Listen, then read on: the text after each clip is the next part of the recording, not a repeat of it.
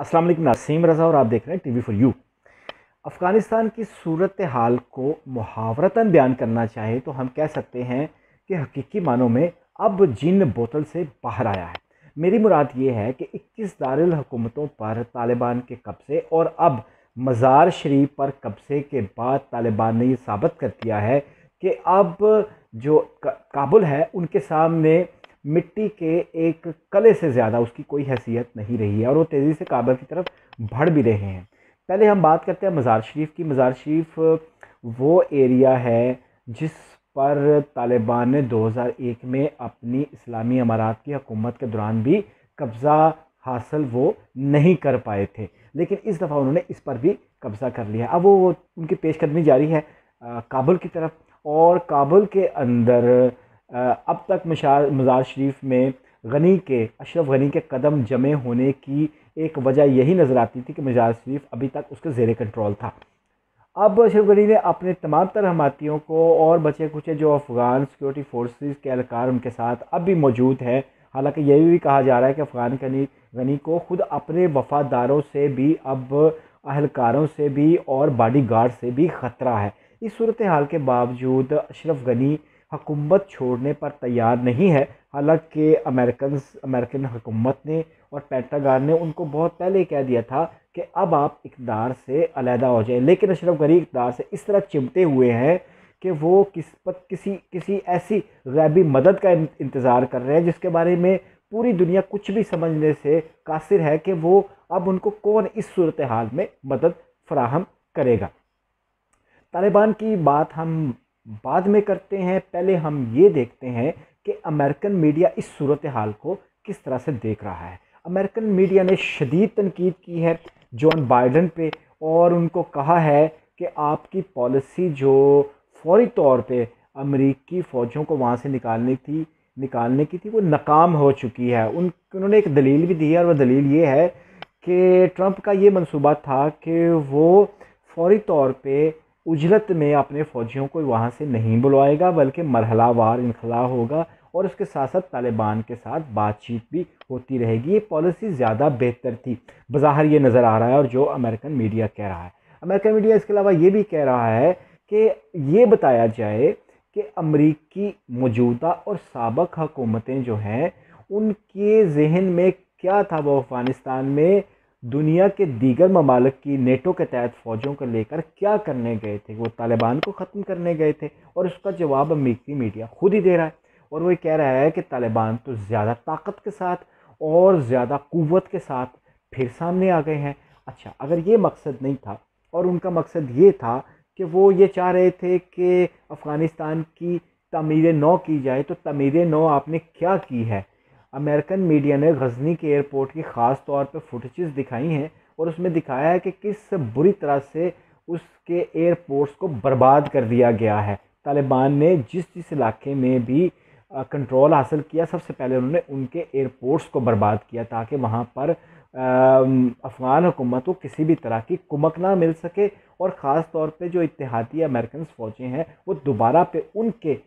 मकबूजा इलाकों पर असरअंदाज ना हो सकें और काबज़ ना हो सकें और वापस ना आ सकें। क्योंकि ये तो ज़ाहिर है कि अमरीकी फ़ौजें हों या इत्तेहादी फ़ौजें हैं, उनकी जो असल क़ुव्वत है वो फ़िज़ाई क़ुव्वत है और फ़िज़ाई क़ुव्वत को नाकारा बनाने के लिए तालिबान ने हमेशा कोशिश की है कि वो जिस इलाके पर भी काबज़ हों वहाँ के एयरपोर्ट्स को बर्बाद कर दें और ऐसा ही उन्होंने गज़नी में भी किया था। अच्छा, अब सूरत हाल जो है शदीद तनकीद की बात जब हम कर रहे हैं अमेरिकन मीडिया की तरफ से जो बाइडन पर, तो उसमें उन्होंने एक और सवाल भी उठाया है और वो सवाल बड़ा दिलचस्प है और वो सवाल है पाकिस्तान के मुतल्लिक। जो बाइडन से उन्होंने पूछा है कि 7 माह हो गए आपको इक़्तिदार में आए हुए और इमरान खान पाकिस्तान का वज़ीर आज़म आपकी जान छुड़वा सकता था ज़्यादा आसानी से और आपको मज़ीद मार पड़ने से बचा सकता था। तालिबान को वो किसी न किसी तरीके से राज़ी कर सकता था, क्योंकि तालिबान माजी में भी और अब भी पाकिस्तान की जो जायज़ बातें होती हैं उनको तस्लीम कर लेता है और करता भी रहा है। दोहा जो मुज़ाकरात हुए और फिर तालिबान वफूद जो इस्लामाबाद में पिछले दिन हुआ, उसमें भी उन्होंने कहा कि ठीक है, आप हमारे हमसाया मुल्क हैं, बरादर इस्लामी मुल्क हैं, हमारी तरफ से आपको कोई ख़तरा नहीं होगा, लेकिन हम गैर मुल्की अफवाज को किसी भी सूरत में बर्दाश्त नहीं करेंगे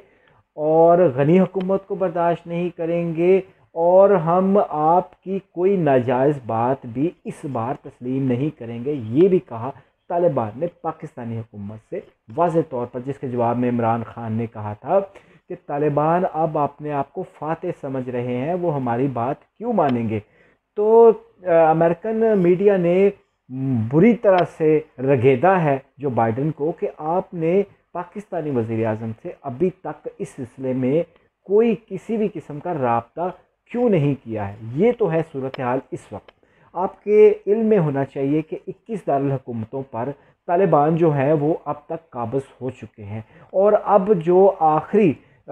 मजबूत कला है अफ़गानिस्तान में मौजूदा हुकूमत का वो काबुल है, और काबुल की तरफ वो तेज़ी से बढ़ रहे हैं। इसके बाद क्या होने जा रहा है इसके बारे में भी हम डिस्कशन करेंगे। लेकिन आपको आपके इल्म में ये भी है कि नीदरलैंड अपना सफारतखाना बंद करने जा रहा है। इसके अलावा नॉर्वे, डेनमार्क ने अपने सफारतखाने बंद कर दिए हैं। भारत भी दुम दबा के अब तालिबान को कुव्वत में देख के भाग चुका है, और अशरफ गनी की किसी भी किस्म की, जैसे वो पहले हमायत करता था और उसने खुफिया तौर पे काबुल को भारतीय असला भी पहुंचाया था, अब किस तरह की किसी भी कोशिश में भारत कहीं भी नज़र नहीं आ रहा है। लेकिन एक अजीब बात ये हुई है कि अमेरिका ने फिर 3000 फ़ौजी पेंटागन ने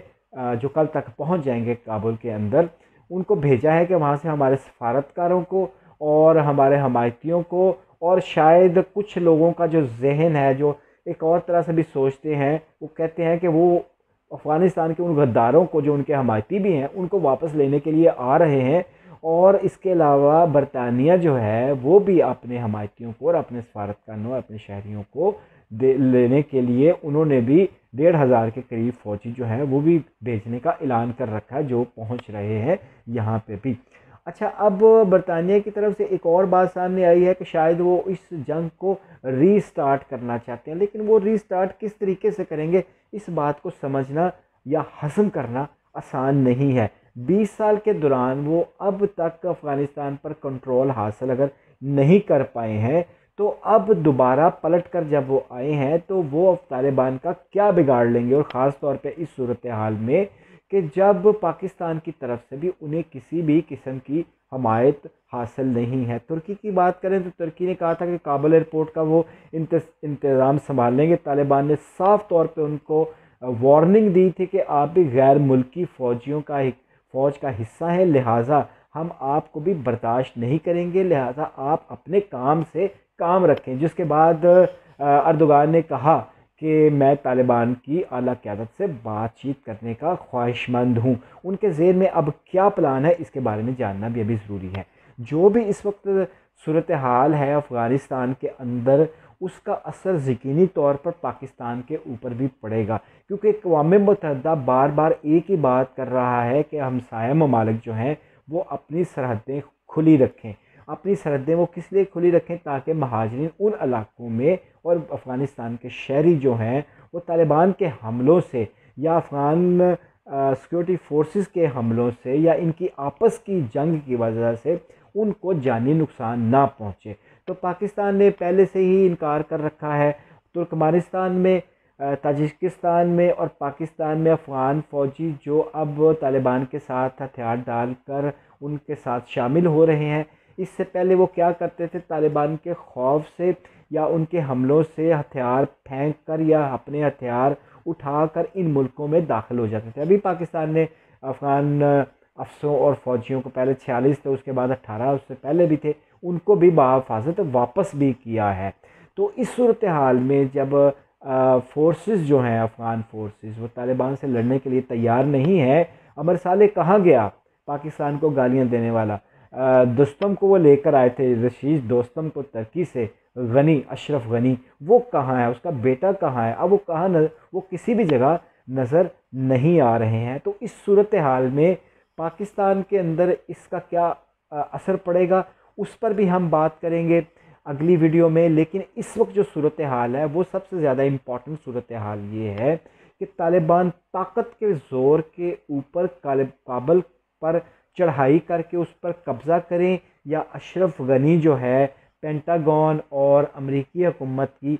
वाज़ेह तौर पर हमायत ख़त्म होने के बाद ख़ुद ही इस्तीफ़े का ऐलान कर दें, या वो मोहम्मद शाह रंगीला जो बर्रे सगीर का आखिरी हुक्मरानों में से एक था, जिस तरह वो सोचा करता था, क्या अशरफ गनी भी अब तक ये सोच रहा है कि दिल्ली हनूज़ दूर अस्त? ऐसा नहीं है। दिल्ली दूर, फ़ौजें चढ़ चुकी हैं, तालिबान ताकत में है, क़ुव्वत में है। अशरफ गनी ने चूँकि पहले भी ये ऑफ़र की थी कि हम कोलिशन गवर्नमेंट मिलकर बना लेते हैं, जिसका तालिबान इनकार कर चुके हैं। अशरफ गनी को अमरीकी हमायत हासिल नहीं है। पाकिस्तान के ऊपर अशरफ गनी ने बहुत बुरे बुरे इल्ज़ाम लगाए, और जब उन्होंने ये कहा कि 5,000 की तादाद में आपने जंगजू भेज दिए तालिबान की मदद के लिए, तो पाकिस्तान ने सबूत भी मांगे थे। और एक और बड़ी दिलचस्प बात यह है कि पाकिस्तान ने अमर साले और अशरफ गनी के इस तरह के घटिया बयानात के बाद ये भी कहा था कि अब मज़ीद हम अफ़गान शहरी महाजरीन की शक्ल में नहीं लेंगे, बल्कि आप इन महाजरीन को भी वापस लेकर जाएं। और एक सवाल शाह महमूद कुरैशी ने भी, वज़ीर ख़ारजा ने भी उठाया था कि बताया जाए कि अफ़गानिस्तान के अंदर जो अब तक अरबों डॉलर आए हैं वो कहाँ गए हैं। असल में ये पाकिस्तान की बदली हुई टोन का एक इजहार था जो अशरफ गनी के सामने उन्होंने किया था, ताकि वो कुछ अक्ल के नाखुन लें। लेकिन अशरफ गनी किसी भी तरह से इस सारी सूरत हाल को समझने के लिए तैयार नहीं है। अशरफ गनी को अभी तक ये तो अच्छी तरह मालूम होगा, और काबल के ऊपर जब मुकम्मल कंट्रोल हो जाएगा तालिबान का, तो फिर अशरफ गनी और उनके हमायतियों के साथ क्या सलूक करेंगे, अशरफ गनी को इस सिलसिले में यकीनन गौर करना चाहिए। और ये तो तारीख़ का हिस्सा है कि अफ़गानिस्तान के अक्सर जो हुक्मरान हैं या तो वो जलावतन हुए हैं या